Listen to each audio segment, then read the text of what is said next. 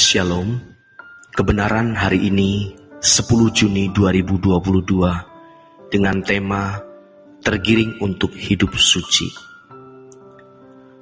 Bapak Ibu Saudara yang dikasihi oleh Tuhan, rata-rata manusia dalam konteks Kristen, matanya sudah buta. Mereka tidak mempersoalkan hal kekekalan, pengadilan Allah, dan kemuliaan bersama Tuhan. Sangat sedikit kelompok orang yang sungguh-sungguh serius.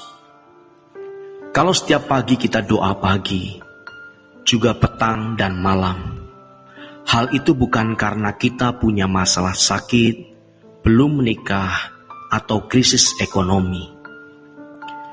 Krisis kita itu bukan krisis yang menyangkut masalah-masalah fana. Krisis kita adalah hal-hal yang menyangkut kekekalan. Kalau kita mencari Tuhan, maka kita harus rela tidak punya apa-apa atau siapa-siapa. Sebab ketika kita menemukan Tuhan dan memiliki persekutuan dengan Tuhan, berarti kita memiliki segala-galanya. Lalu apa artinya harganya segenap hidup kita? Dulu kita sering menyanyi, tubuh, nyawaku, roh dan jiwaku, kuserahkan pada Tuhan. Hanya ini Tuhan, persembahanku, dan seterusnya. Itu artinya bahwa kita tidak boleh memiliki kebahagiaan selain Tuhan. Ini benar-benar konyol. Kita tidak memiliki kebahagiaan selain Tuhan. Kita harus berani berprinsip bahwa Tuhan adalah satu-satunya kebahagiaan kita.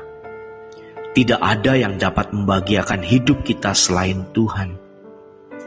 Hanya Tuhan, bukan siapa-siapa yang lain, bukan apa-apa yang lain, hanya Tuhan saja.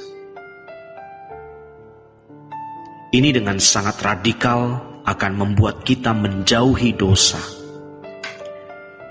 Kita tidak usah memaksa diri untuk hidup suci, sebab kita dengan sendirinya akan merasa sangat terganggu ketika berbuat dosa. Saudaraku yang kekasih, kita akan tergiring untuk hidup suci.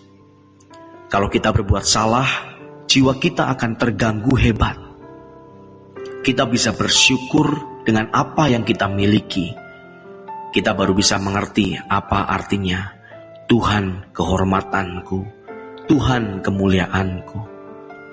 Aku tidak perlu punya nama baik, nama besar, nama tersohor, nama terkenal. Aku tidak butuh penghormatan, karena Tuhanlah kehormatanku. Kalau Tuhan menjadi satu-satunya kebahagiaan, maka Tuhan menjadi kehormatan dan kemuliaan kita. Dan ini luar biasa, saudaraku. Tuhan menjadi harta kita. Ini hendaknya bukan hanya diucapkan dengan kata-kata, tetapi harus dialami. Pembuktian dari kebenaran ini tidaklah lama. Kalau kita nanti berdiri di hadapan takhta pengadilan Tuhan, baru semuanya akan terbuka. Saudaraku kekasih, kalau Tuhan menjadi satu-satunya kebahagiaan, kita tergiring untuk hidup suci, tidak bercacat dan tidak bercela. Tuhan menjadi kehormatan kita, kemuliaan kita. Kita bisa merasa cukup dengan apapun yang Tuhan telah berikan. Dengan sendirinya kita akan terlepas dari ikatan-ikatan dunia. Dulu kalau tidak makan ini, makan itu, tidak enak. Kalau belum pergi ke tempat ke tempat tertentu, belumlah puas. Kalau belum memiliki barang ini, rasanya belum lengkap. Belum lagi kalau misalnya belum menikah, lalu belum merasa lengkap. Belum memiliki anak, belumlah merasa bahagia. Kita pasti tidak bisa berkata, Yesus cukup bagiku.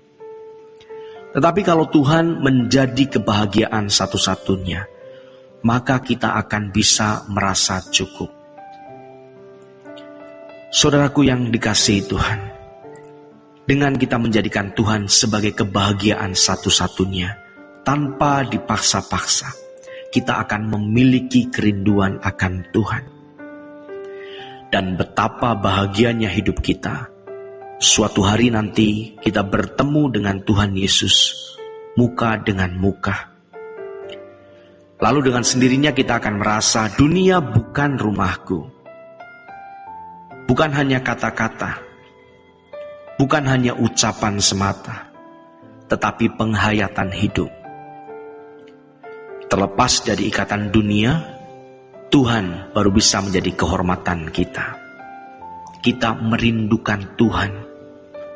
Lalu yang hebat adalah kita menjadi hartanya Tuhan. Tuhan bisa berkata, ini hartaku, ini milikku, ini kesayangan dan kesukaanku, inilah kekasihku.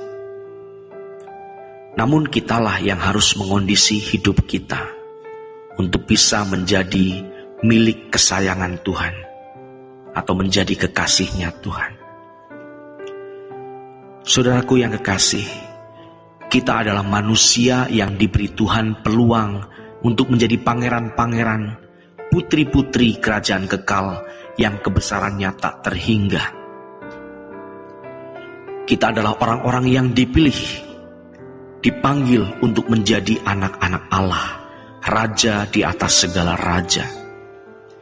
Jangan menyesali keadaan kita, tetapi berjuanglah untuk menemukan Tuhan, untuk mengalami Tuhan dengan harga yang seharusnya, yaitu segenap hidup. Dan Tuhan akan memampukan kita untuk membayar atau menyelesaikannya. Karena memang Allah ingin kita ini menjadi kekasih-kekasihnya. Mestinya kita berpikir bahwa 70, 80, 90 tahun, atau mungkin 100 tahun umur hidup kita, semata-mata hanya untuk menemukan kehidupan.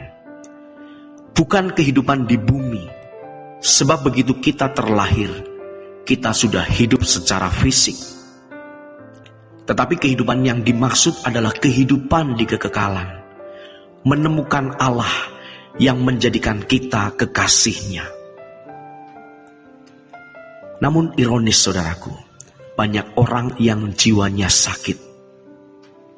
Entah karena masa lalu, kepahitan, tertolak, ataupun banyak hal yang lainnya. Mereka kemudian menjadi orang yang pemarah, pendendam, penuh kedengkian dan iri hati. Namun Tuhan menyembuhkan kita melalui perjalanan waktu. Jikalau kita berani untuk menjadikan Tuhan sebagai satu-satunya kebahagiaan, 100% kita pasti sembuh.